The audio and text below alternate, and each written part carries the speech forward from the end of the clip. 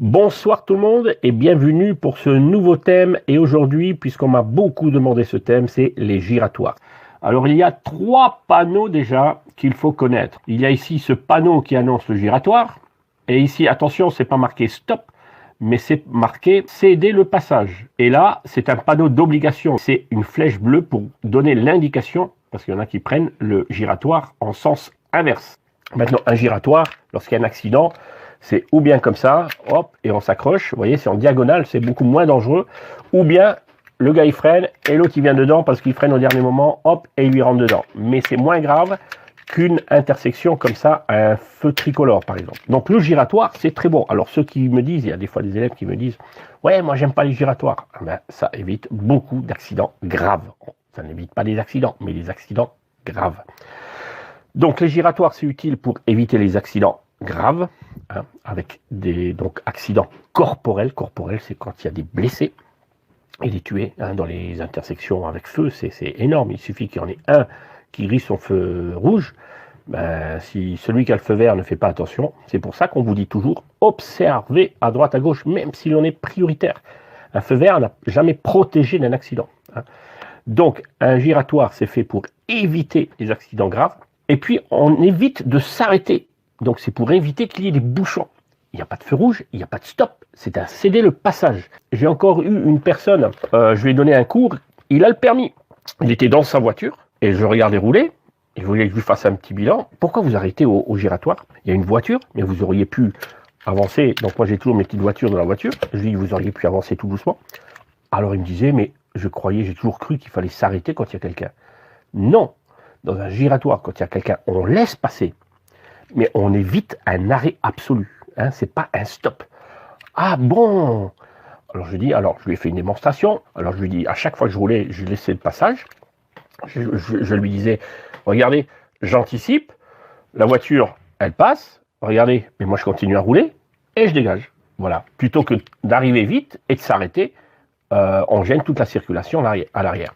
Donc le giratoire, c'est fait également pour la fluidité du trafic.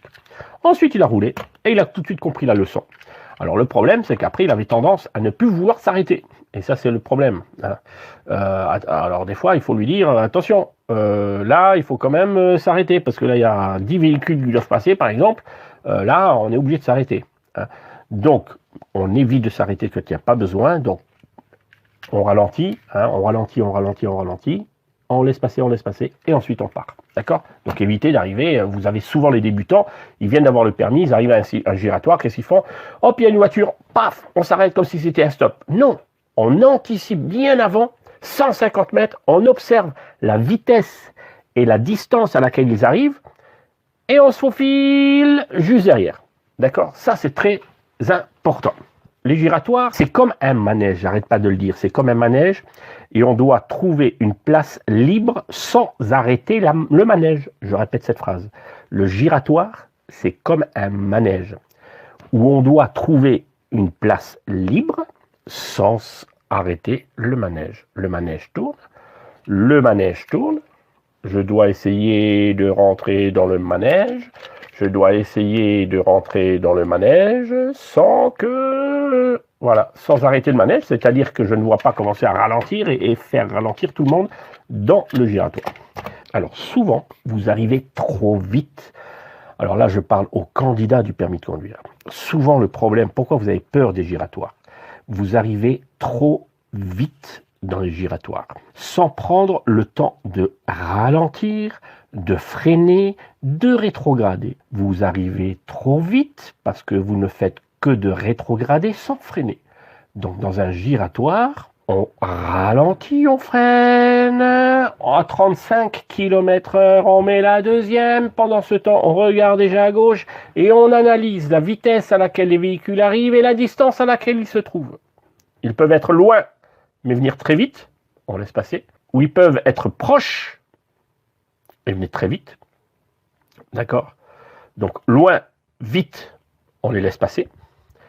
Proches, vite, on laisse passer. Mais ils peuvent être proches et rouler très lentement. Un camion, par exemple un poids lourd, il est à 10 mètres de nous, il n'est pas trop loin, mais c'est un poids lourd, il vient à peine de démarrer. On peut dégager. Donc il faut savoir analyser la distance et la vitesse à laquelle ils arrivent. Maintenant, la nuit, dans un giratoire, lorsque vous voyez un phare, c'est un motard, je vous dis toujours, la nuit, laissez toujours, et là je m'adresse surtout aux débutants, parce que vous avez tout à prendre. Ceux qui viennent d'avoir le permis, vous venez d'avoir le biberon.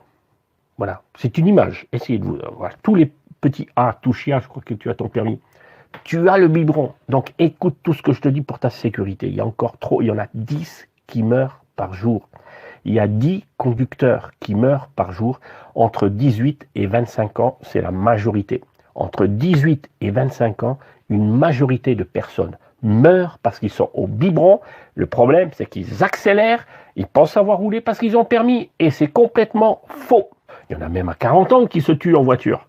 Mais on commence à prendre un peu plus de maturité. On se dit, wow, moi je me calme, je me suis fait déjà des frayeurs. Au biberon, tous ceux qui viennent d'avoir le permis, vous êtes au biberon. Et maintenant, il faut commencer bientôt à avoir de la viande hachée après. Hein. Au bout de 3 ans, on va vous commencer à mettre de la viande hachée. Hein. On va bien... Et après, lorsque vous aurez à peu près 20 ans de conduite, là, vous pourrez prendre du bon steak. Voilà. Donc, tout doucement, c'est pour ça. C'est très bien que vous soyez ici présent à m'écouter, parce que je vous donne des conseils de sécurité. Pas simplement pour avoir le permis, mais pour après le permis. Lorsque vous voyez qu'un phare la nuit, un motard ou un cyclo, laissez tout le temps passer. Pourquoi ? Parce que la nuit, on dit que tous les chats sont gris, c'est-à-dire qu'on a du mal à évaluer les couleurs, la vitesse. Est-ce que c'est une moto ? Est-ce que c'est une voiture ? Est-ce qu'il roule vite ? Est-ce qu'il roule lentement ? Donc, lorsque vous voyez un phare, donc c'est certainement un motard, on ne sait pas s'il roule vite, parce que pour savoir s'il roule vite, s'il y a un défilement, mais il n'y a pas de défilement, on ne voit rien sur les côtés. Donc, on laisse passer tous les motards. Ok ? Si vous avez un doute, la nuit, laissez passer. Arrêtez d'être pressé. Vous êtes pressé de mourir ou quoi ? Il y en a qui sont, pour essayer de gagner quelques secondes, ils ont perdu toute une vie. Voilà. Ils ont perdu leur vie. Voilà. Pour gagner quelques secondes, ils ont perdu leur vie. Voilà ce qu'il y a. Et ça, c'est la route, c'est la jungle. Et je suis là pour essayer de mettre un peu de sécurité routière à tous ceux qui ont le permis et ceux qui n'ont pas encore le permis. À l'approche d'un rond-point, qu'est-ce que je dois faire ? Je dois premièrement observer. En 2, j'analyse. Il y a des personnes qui passent de l'observation à l'action. Ils oublient l'analyse. Observer. Analyser. Prendre la bonne décision. En 4. Alors il y a 5 possibilités. La première possibilité, c'est ou j'accélère, ou je ralentis, ou freiner. Je n'ai pas dit m'arrêter, j'ai dit freiner. Ralentir, c'est simplement lâcher l'accélérateur. 4e, je glisse la première, je mets une petite première glissée, une première synchro. Ça, c'est quand j'ai un doute, quand je ne sais pas trop, je ne veux pas caler, la deuxième, elle va trop vite à 20 km/h, je mets ma petite première, je peux rouler à 10 km/h sans marquer l'arrêt. Ou bien je m'arrête. C'est en dernier lieu, je m'arrête. Hein. Donc, ou bien j'accélère, ou bien je ralentis, ou bien je freine, ou bien je glisse la première, ou je m'arrête. 5 solutions. Mais si on doit s'arrêter avant la bande et pas après. Là, c'est une faute éliminatoire. On doit prendre la décision avant. C'est pour ça que je vous dis souvent, avant les ronds-points, on doit observer 3 fois. 150 mètres avant, on regarde. 100 mètres avant, on regarde encore. 50 mètres avant, on regarde encore. Et encore si vous pouvez encore une 4e fois, au moment où on s'engage, hop, on regarde encore une 2e fois. Trop d'élèves loupent le permis parce qu'il y a un refus de priorité au giratoire. Maintenant, la règle dans les giratoires, ne pas surprendre le véhicule qui est derrière nous, donc par un freinage intempestif. On arrive dans le rond-point, hein, et puis d'un coup, hop, on freine à fond. Alors ça, c'est pas bon. Donc, ne pas surprendre le véhicule derrière nous et ne pas être surpris par un véhicule qui arrive. J'arrive et d'un coup, au dernier moment, je freine et je suis surpris.